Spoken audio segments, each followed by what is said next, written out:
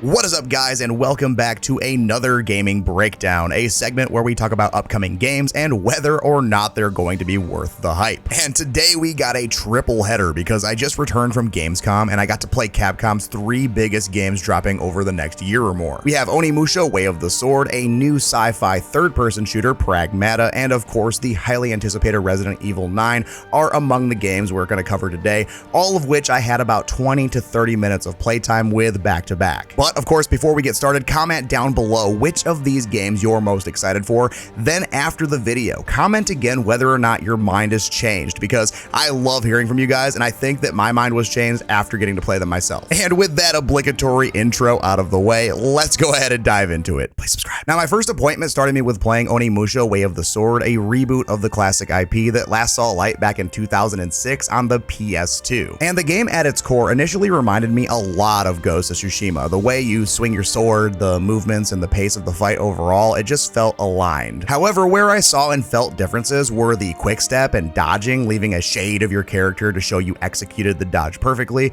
and leaving the enemy vulnerable for follow-up strikes. But in my experience, mechanics like that all kind of work the same in games of the genre, but one highlight of my playtime was experiencing the parry system, which historically, when you parry enemies of similarly built games, it bounces the enemy off balance, allowing you to change the tempo of the fight and deliver a critical strike. But in this game, they added a very satisfying sword clash with sparks and sound design that really stood out as exceptional, I think would be the best word to use.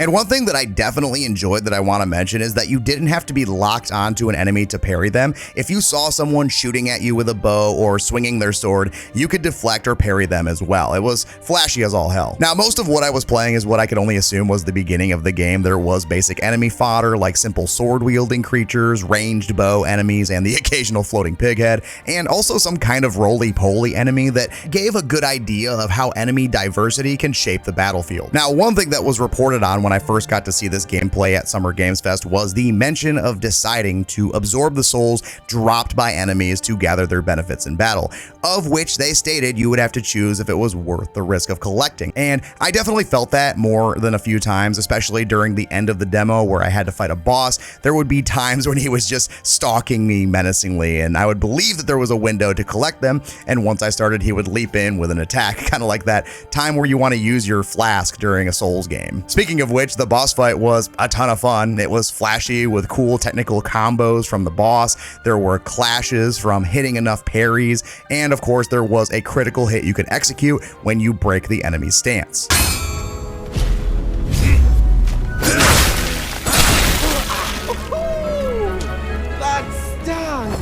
And I mean, overall, I really enjoyed what I saw from the game. It was a little stuttery here and there, and it definitely looked like it needed some polish, but obviously this is an early build of the game. But from what I got my hands on, this feels like something more elevated than Assassin's Creed Shadows and maybe on par with Ghost of Tsushima. It's something that I can't wait to see more of down the road. Now, the next game I played after Onimusha was Pragmata, which had only recently made my radar after I saw the brand new trailer as everyone else did at Summer Games Fest. And at the time, I had no idea the game had already been announced. My first video covering it was actually just me reacting to seeing the trailer, and I thought it was a brand new announcement, but I was incorrect. The game was actually originally announced back in June of 2020. But that aside, it didn't stop me from being immediately obsessed with the overall aesthetic. Third-person games are some of my favorite and always have been. Games like Remnant 2, Dead Space, Gears of War, obviously Resident Evil 4. There's just something about a good over-the-shoulder shooter that scratches an itch for me, and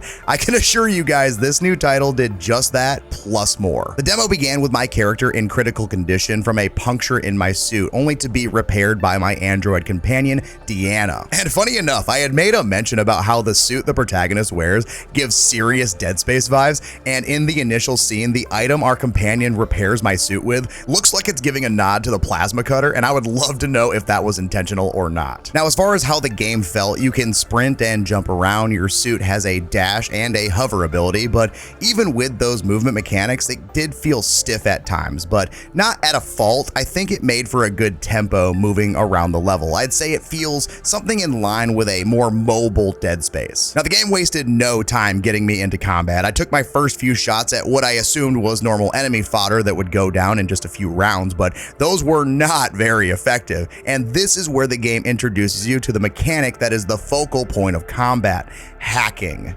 Hey, get behind me! Move! Ain't shooting to... I think I can help!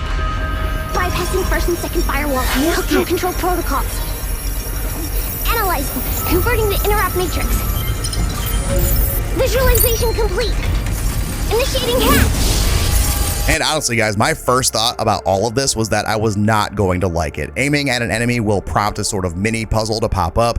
Then by using square, circle, X, or triangle inputs, you can navigate the puzzle, passing through the blue sections and finishing in the green area, thus damaging and putting the enemy in a weakened state. And I gotta tell you guys, I was completely wrong. This was a blast to pull off every time. The audio design of it, the visuals, the satisfaction of getting better at it as the situations got more intense. Then, as the demo progressed, they added new blocks like this yellow one called Decode, which if you took the time to pass through would further lower enemy defenses, and red nodes limiting your movement through the hacking protocol. And just seeing these small variabilities has me excited for what other elements they will implement into the final release of the game. But honestly, it was so freaking cool. It's one of the weirder things I've seen implemented into a game for a combat scenario, and it's definitely weird enough to where it'll probably split the room as far as people liking or disliking the game. But for me personally, it was hella fun. There was also a couple weapons I got to experience. I got to use the standard pistol, which in my opinion had a weak sound design and feel, but headshots did respectable damage. But the shotgun had one of the most powerful and memorable blasts I think I've ever felt in a game. It's like a stick of dynamite going off, and it sounds like it too.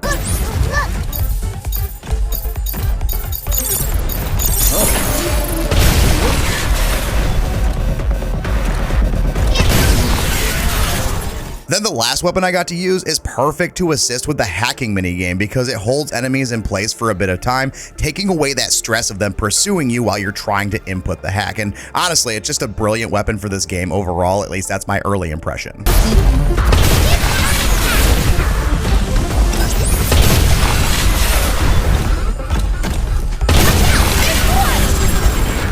But the last thing I'm going to leave you with about Pragmata is that the boss fight was incredibly fun. It started off with the classic meme of seeing weapons littered all around the arena, making it clear that something was about to happen, and the cutscene leading up does its part at getting you hyped for the fight. This boss had AoE attacks, it had a rush attack that clipped me more than a few times, but what I loved the most was when I broke the enemy's posture and executed a critical strike. Come on, enough already! Take this!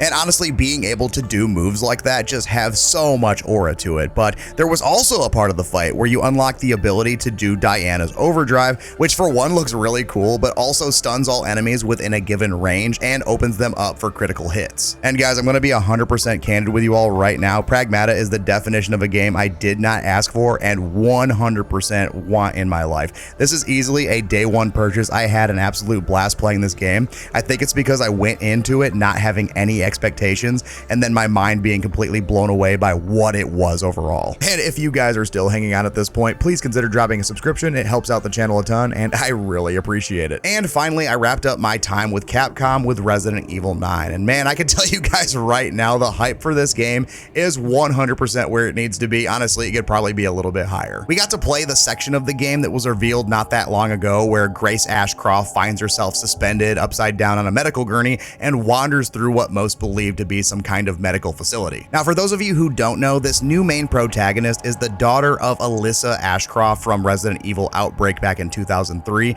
and I love that Resident Evil is going to explore using characters from the IP from well over a decade ago. I think this could be a step in a fresh direction away from mainstream heroes like Chris Redfield and Leon, even though it is rumored that Leon is supposed to be in this game, but only time will tell for that. Now, there's not much to tell about this play session overall. If you you have played Resident Evil 7 or 8, this game is going to feel very familiar to you. Collecting key items, navigating ominous hallways and environments, jump scares, it's Resident Evil through and through.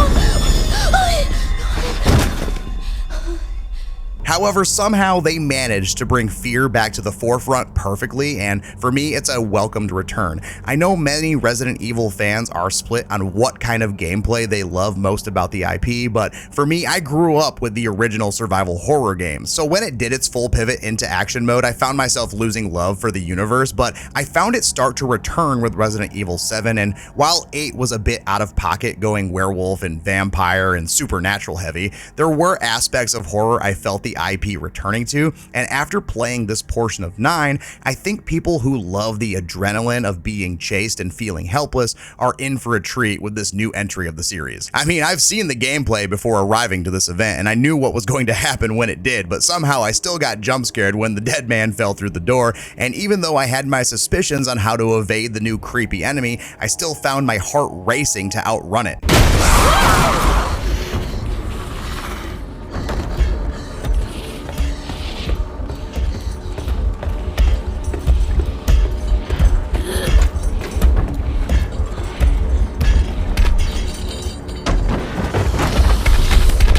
And in that same breath, as far as design goes, I love what they did for whatever this thing is. It's huge, the sounds it emits are gross and wet sounding, and one thing you will find me commenting on more often than not if you keep returning to my videos is sound design. I love immersion. I think it's one of the most pivotal aspects to nail, especially in horror games, and truthfully, from my heart, I think they nailed it here. The footsteps on the wooden floor echoing through the halls, Grace's quivering breaths, the thunder clapping from the storm raging outside the building, or the crunches of the new enemy enjoying its tasty treat. It's a cacophony of sounds that make you feel like you're right in the world fighting for your life.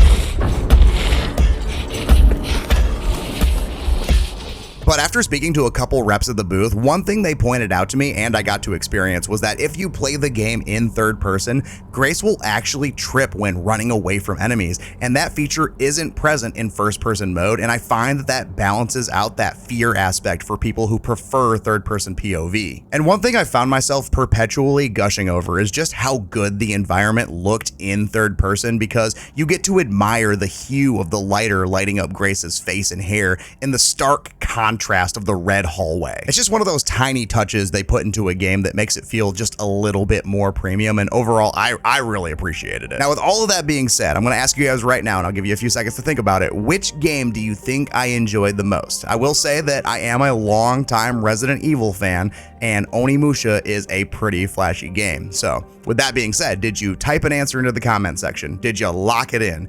Because if you said Pragmata, you would be 100% right. I mean, full disclosure, this game took me by complete surprise in the best possible ways, and I'm really excited about it because I loved how it felt like a game I've played before while being totally different. I mean, maybe I'm buying into the hacking gimmick a little too much, but it was complemented by the overall aesthetic of everything else, and apparently, according to the reps at the booth, I wasn't the only one that felt this way. The majority of people coming to play the 3 games almost overwhelmingly agreed that Pragmata was the most impressive. So that means that even with the awesome revival of an OG IP and the return to survival horror for Resident Evil 9, it was outshined by this new IP, and I think that's kind of crazy but also really exciting in my opinion. Because for me, they were all just so much fun to play for completely different reasons. I mean, I'm really splitting hairs here trying to pit them against each other on which one was best, but if I had to, I would go Pragmata number 1, Resident Evil 9 number 2, and Onimusha number 3, and that is by a narrow margin. But if I were to echo that thought a little bit further, I was actually with one of my new creator friends, Donnell,